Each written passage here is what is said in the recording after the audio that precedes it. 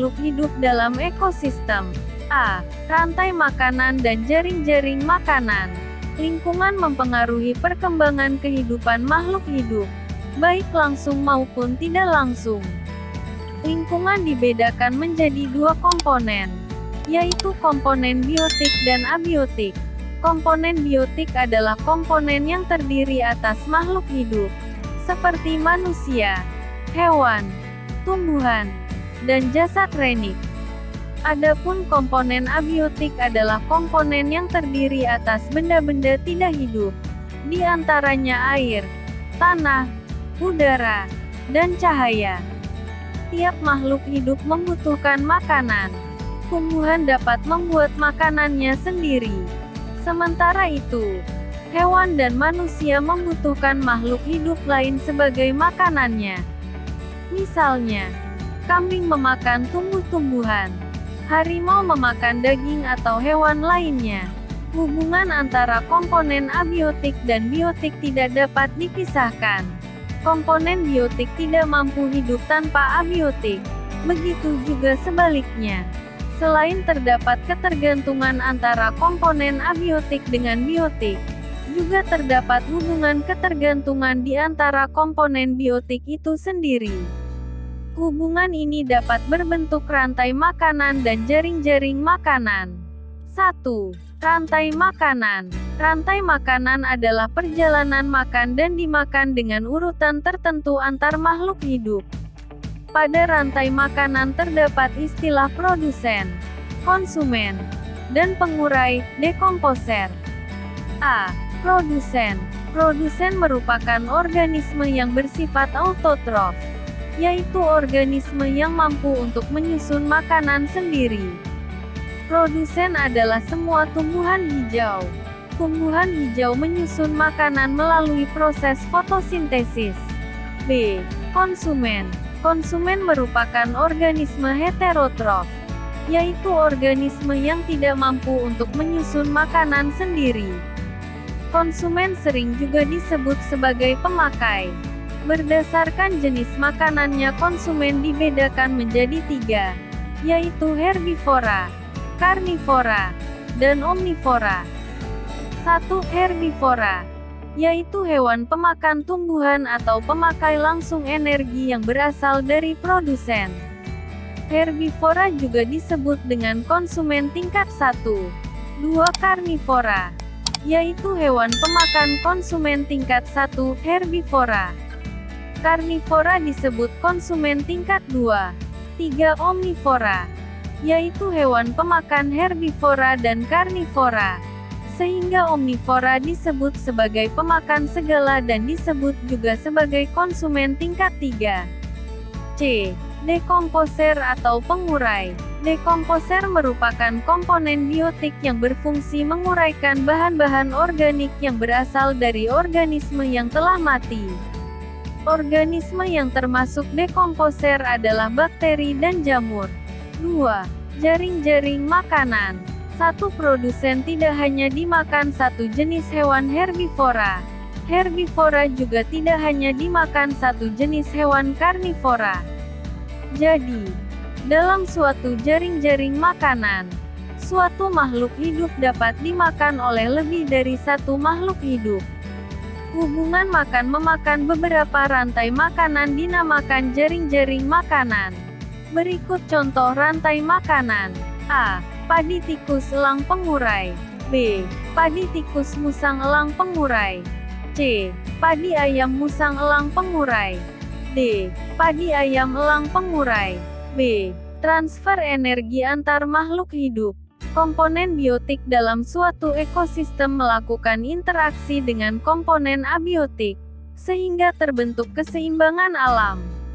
Pada saat hewan memakan tumbuhan atau hewan memakan hewan lainnya, terjadilah interaksi antara satu organisme dengan organisme lain.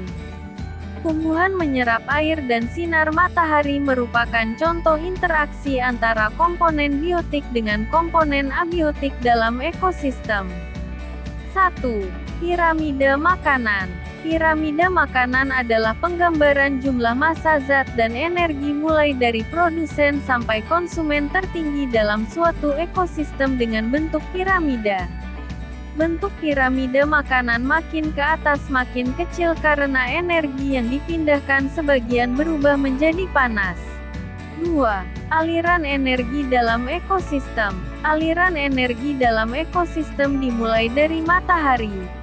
Karena matahari merupakan sumber energi utama dari kehidupan. Dari energi matahari, tumbuhan dapat melakukan proses fotosintesis.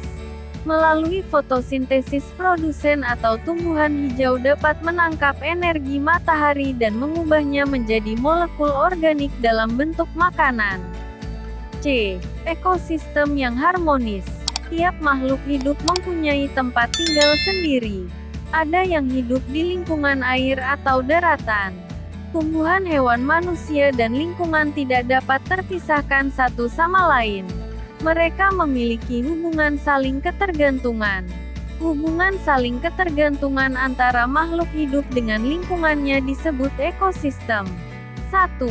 Keseimbangan ekosistem. Makhluk hidup sangat bergantung pada lingkungannya. Hubungan antara makhluk hidup dengan lingkungannya membentuk ekosistem. Komponen penyusun ekosistem terdiri dari makhluk hidup biotik dan benda tidak hidup abiotik. Ekosistem dibedakan menjadi dua, yaitu ekosistem alam dan ekosistem buatan. Ekosistem alam, yaitu ekosistem yang terbentuk secara sendiri oleh alam tanpa campur tangan manusia. Contoh ekosistem alam adalah hutan, danau, laut, dan padang pasir. Ekosistem buatan, yaitu ekosistem yang sengaja dibentuk karena dibuat oleh manusia agar terjadi saling ketergantungan.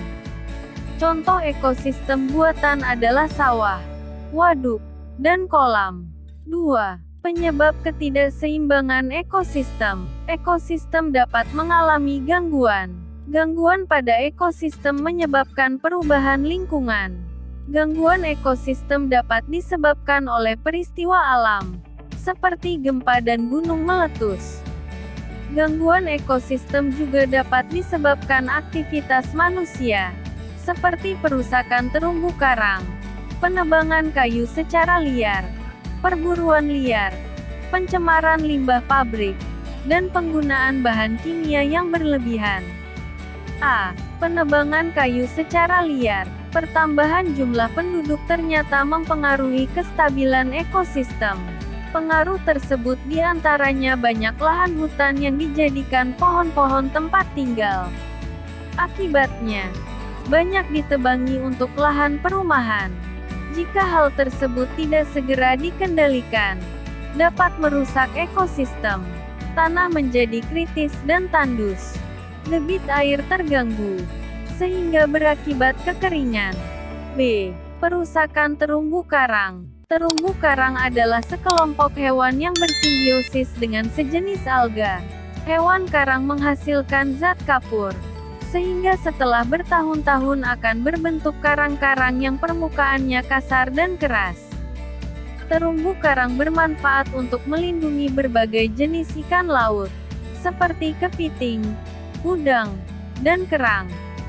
Terumbu karang juga untuk melindungi tepi pantai dari gelombang yang sangat besar. C. Perburuan liar. Perburuan hewan banyak dilakukan karena beberapa alasan. Ada yang berburu hewan karena sekedar hobi atau untuk kepentingan ekonomi. Kebanyakan hewan diburu untuk ditangkap, kemudian dijual atau diambil daging dan kulitnya. Akibatnya, keseimbangan ekosistem menjadi terganggu. D. Pencemaran limbah pabrik. Pabrik menghasilkan berbagai produk dalam jumlah besar dalam waktu yang relatif singkat. Dengan hasil produksi yang besar, limbah pabrik yang dikeluarkannya pun jumlahnya besar. Limbah pabrik yang langsung dibuang ke sungai umumnya mengandung racun dan mencemari air sungai. Hal tersebut menyebabkan kehidupan di air ikut terganggu. E. Penggunaan bahan kimia yang berlebihan. Penggunaan bahan kimia sering dilakukan petani untuk membasmi hama tanaman. Hal ini dilakukan agar hama tidak merusak tanaman. Padahal penggunaan bahan kimia menyebabkan banyak tikus-tikus yang mati. Hewan-hewan yang memakan tikus juga akan keracunan zat kimia dan mati. Hal ini tentu akan membuat keseimbangan menjadi terganggu.